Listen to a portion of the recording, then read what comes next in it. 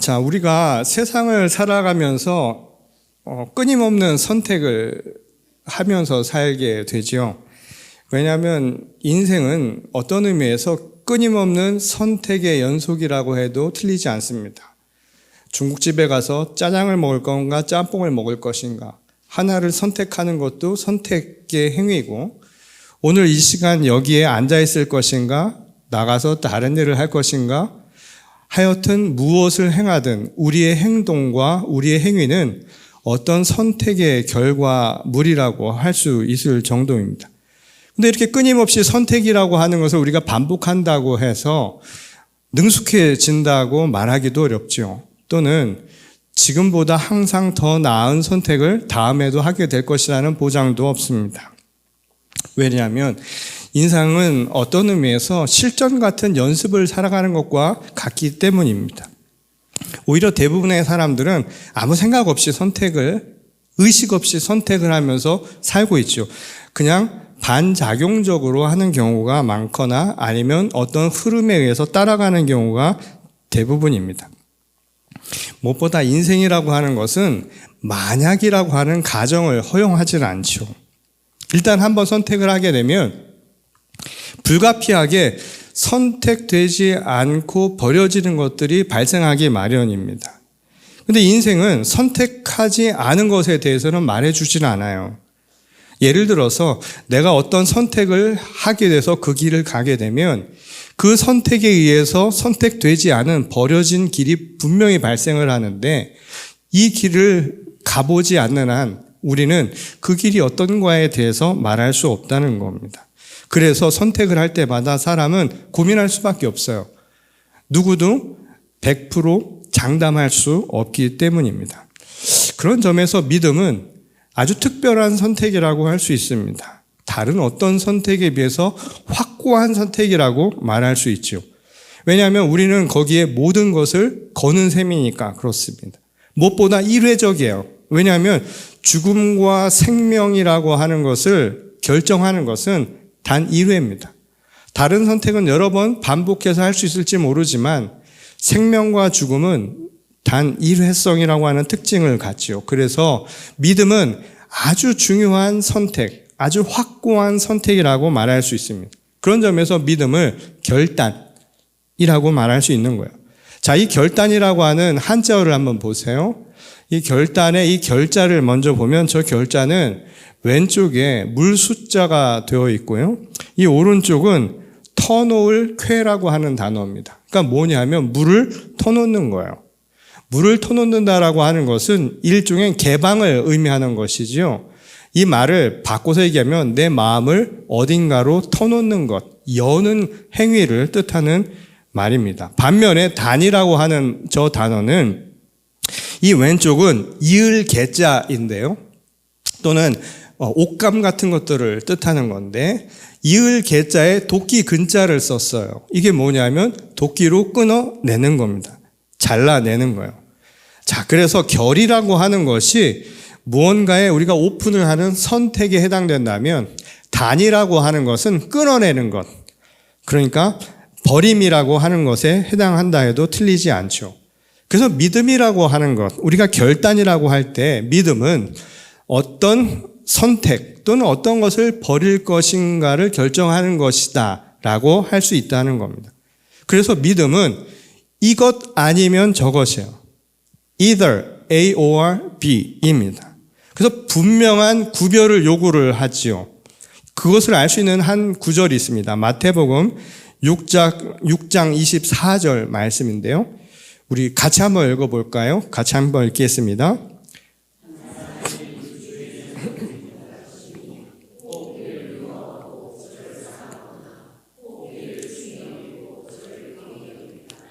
너희가 하나님과 재물을 겸하여 섬기지 못하느니라.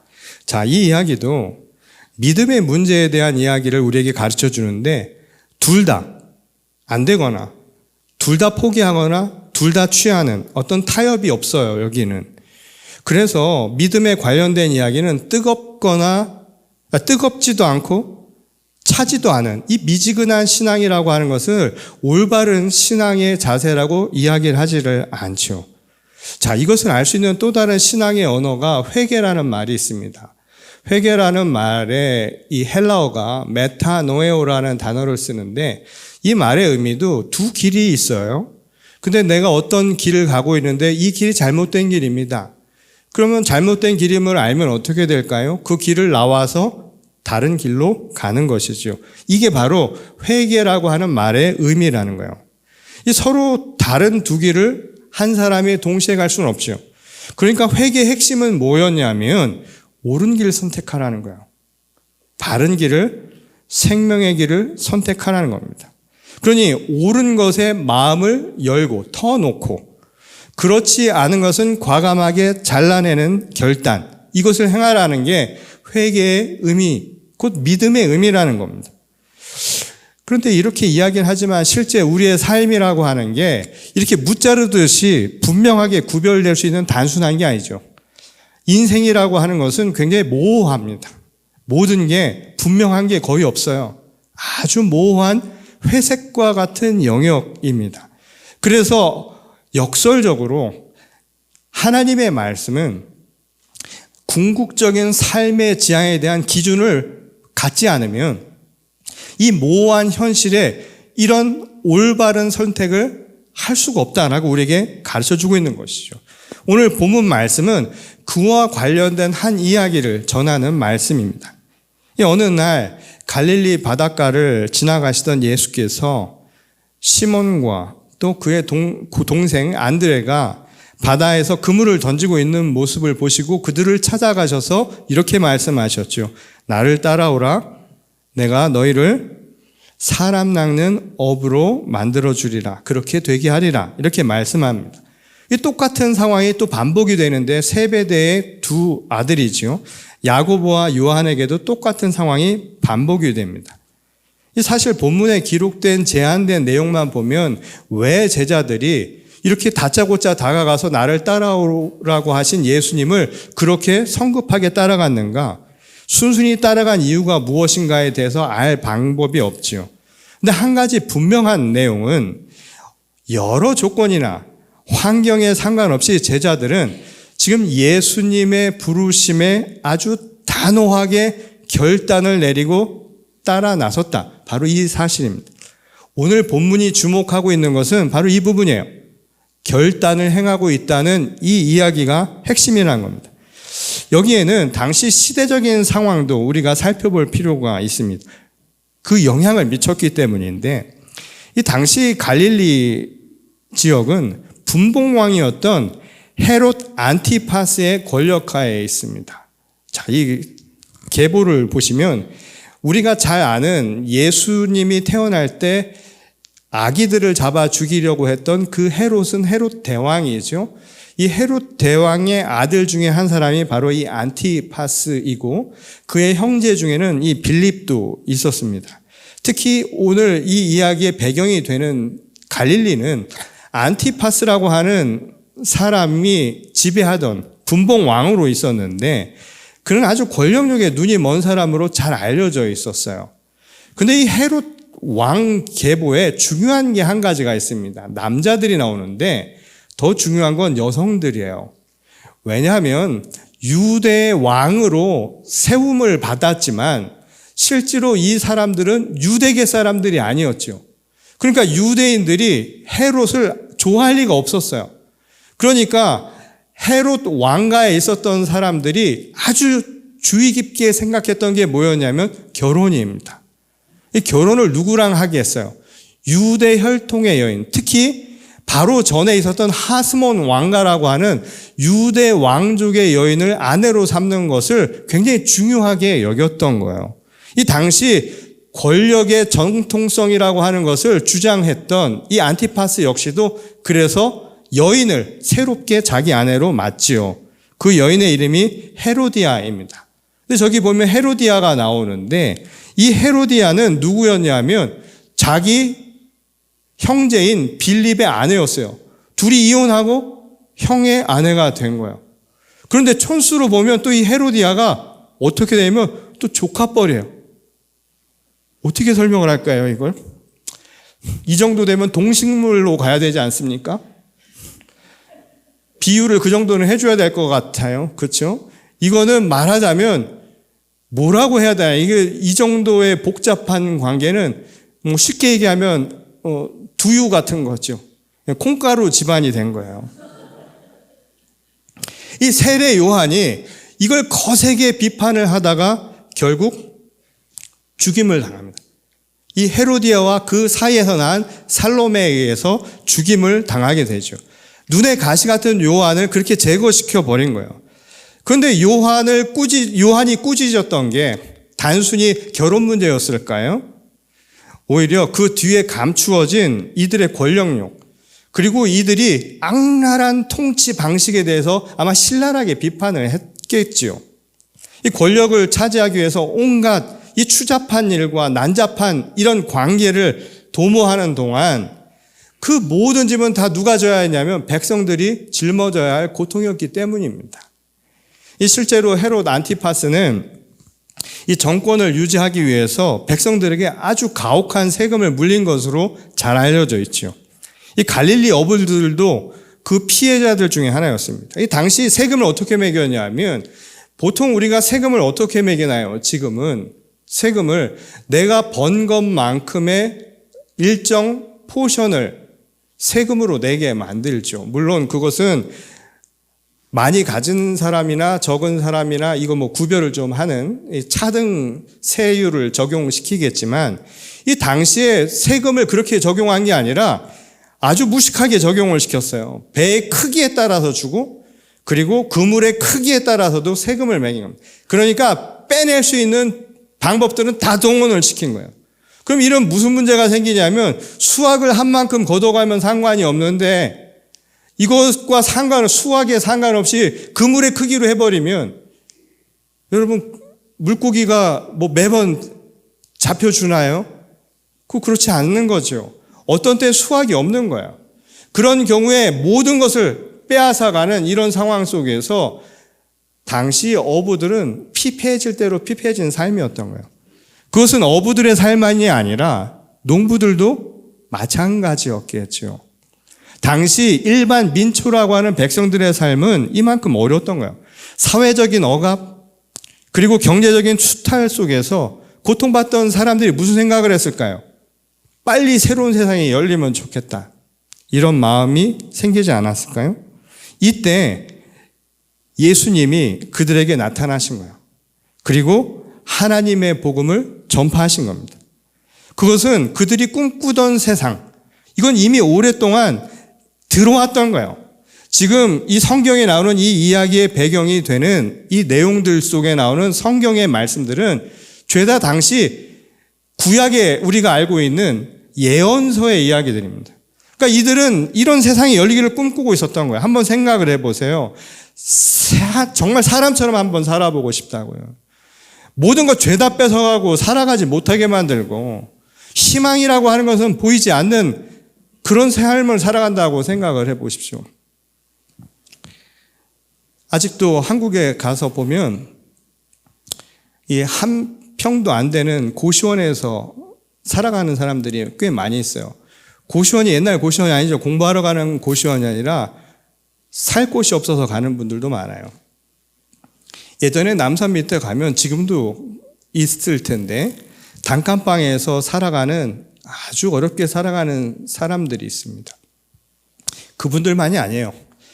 지금 버젓이 직장 생활을 하는 사람들 중에도 어느 날 갑자기 자리를 잃은 분들이 굉장히 많이 생깁니다. 제가 언젠가도 말씀드렸지만 한국에 IMF 사태가 있을 때 저는 한국에 그때 오가면서 출퇴근을 했었는데 당시에 이 시청이나 이 서울역을 가보면 이게 상상이 불가능할 정도였어요. 그 도로가 거기가 사람들이 다 누워 있었어요. 양복 입고. 직장을 잃고 집에서는 나왔는데 갈 곳이 없어서 누워 있었던 사람들이 있었습니다. 여러분 경제 대란이 일어나고 정말 환란과 같은 일이 대공황이 일어나면 이거 또 일어날 수 있는 일입니다. 우리 시대에 안 일어나리라는 보장이 없어요. 그거 언제든지 나타날 수 있는 상황이고 지금은 괜찮은 것 같지만 괜찮지 않을 수 있는 거예요. 그런 상황 속에 있는 사람들이 얼마나 고통스럽겠느냐요. 그 당시 이미 구약의 예언자를 통해서 하나님이 약속해 주신 이야기들이 아마 떠올랐을 거예요. 이사야서 52장 7절 말씀을 보면 좋은 소식을 전하며 평화를 공포하며 복된 좋은 소식을 가져오며 구원을 공포하며 시온을 향하여 이르기를 내 하나님이 통치하신다 하는 자의 산을 넘는 발이 어찌 그리 아름다운가. 정말 사람들이 희망을 꿈꾼 거예요. 자유가 없는 사람이요, 자유를 넘어가는 그 문턱을 넘어섰을 때 얼마나 기쁘겠어요. 그 발이 얼마나 아름다워 보이겠느냐. 내 삶의 고통 속에 갇혀있는 사람이 희망 속에서 새로운 삶으로 나갈 수 있을 때 얼마나 기쁘겠느냐, 이 말인 거예요. 조금만 아파보면 알지요. 조금만 아파보면 저 문턱 넘는 것도 괴로울 때가 있어요. 그런데 그 고통 속에 있는 사람이 거기를 넘어섰을 때 그 기쁨이 얼마나 큰지 한번 여러분 생각을 해보십시오. 그런데 오늘 본문은 이 모든 게 다 요한이 잡힌 후에 일어난 일이라고 알려주고 있죠. 이 당시 세례자 요한은 슈퍼스타였어요. 말하자면 그 시대의 아픈 곳을 긁어주는 사람이었어요. 정말 세상이 안 알아주는데 하나님의 말씀을 들어서 우리들의 아픔을, 눈물을 닦아주는 사람이에요. 그 사람의 목이 잘렸다라고 한번 생각을 해보세요. 우리가 정말 존경하는 지도자가 목숨을 잃었을 때, 생명을 잃었을 때 그 안타까운 마음, 마치 영적인 아버지를 잃은 것과 같은, 또는 우리의 국부를 잃은 것 같은, 국모를 잃은 것 같은 그런 아픔을 우리도 경험한 적이 있지요. 그런 상황 속에 지금 예수님이 나타나서 뭐라고 얘기를 하냐면 때가 찼다, 하나님의 나라가 가까이 왔다, 그렇게 이야기한 겁니다. 그러니 요한의 죽음으로 잦아들고 있을 것 같았던 그 불꽃에 지금 기름을 부은 격이지요.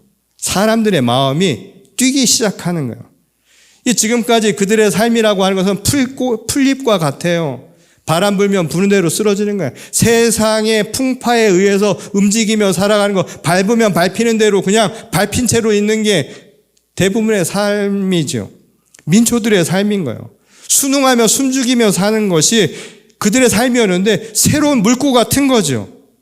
시대의 폭정과 억압, 그리고 착취를 벗어나서 새로운 세상, 하나님의 나라를 향해 마음의 문이 열리기 시작한 거예요.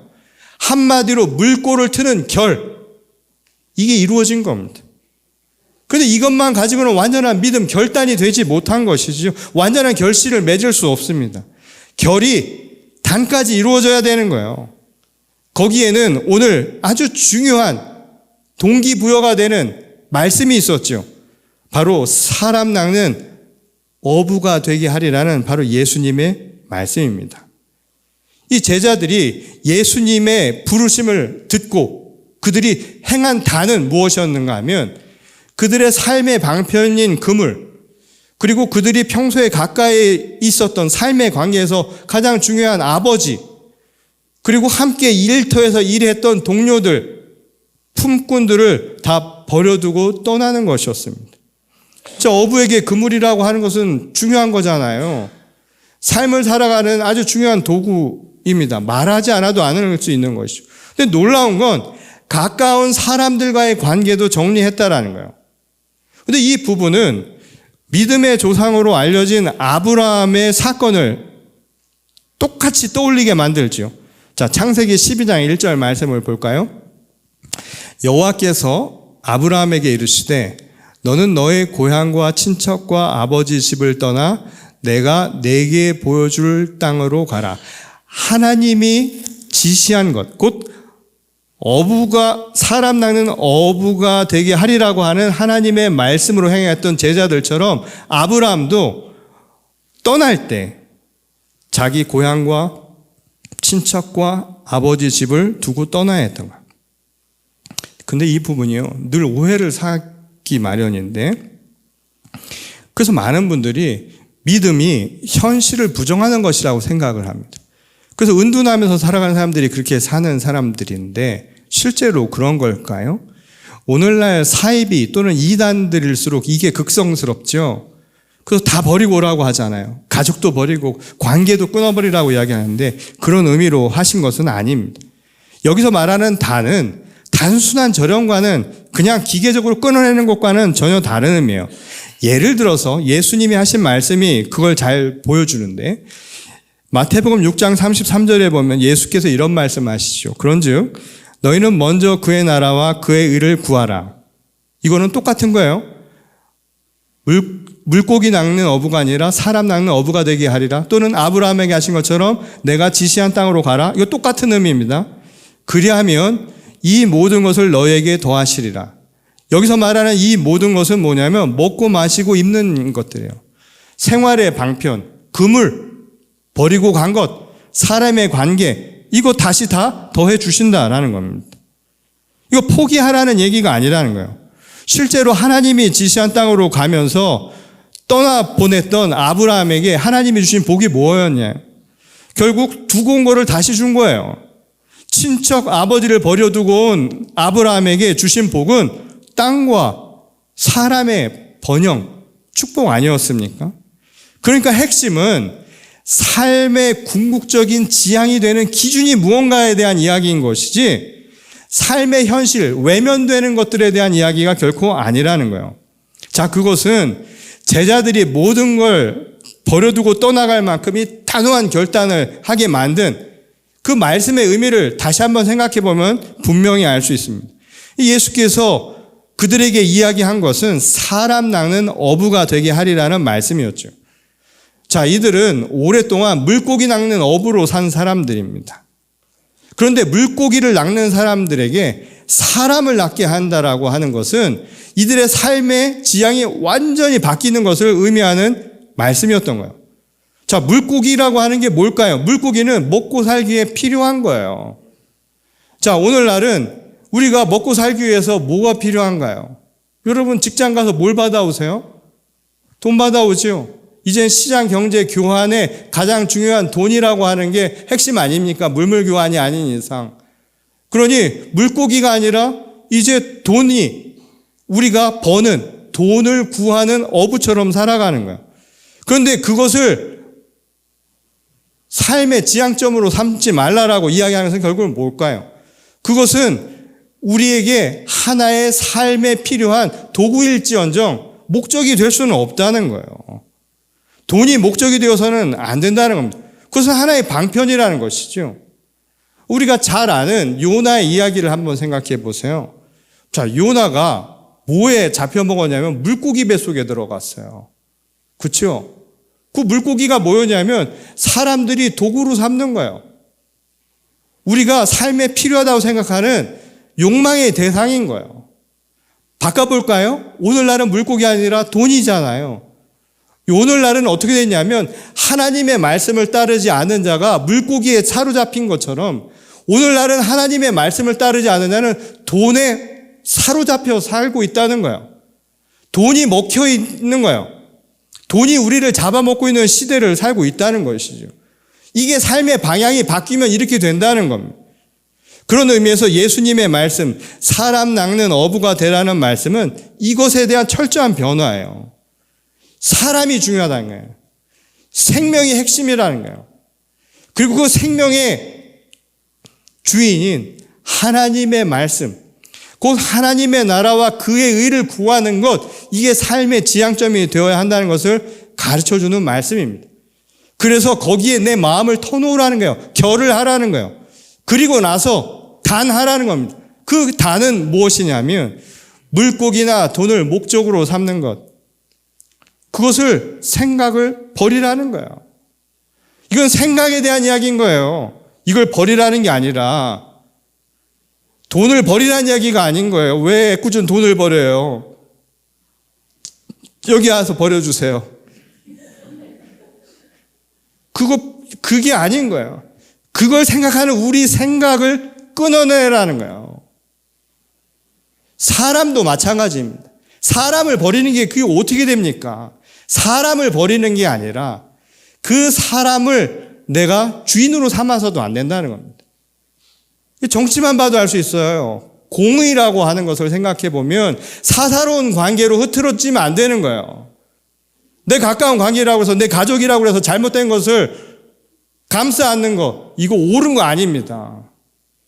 나랑 아주 가까운 관계라고 해서 법이라고 하는 것도 어기게 만드는 것, 지키지 않는 것, 그 법 바깥에 두려 하는 것, 옳은 것 아니지요.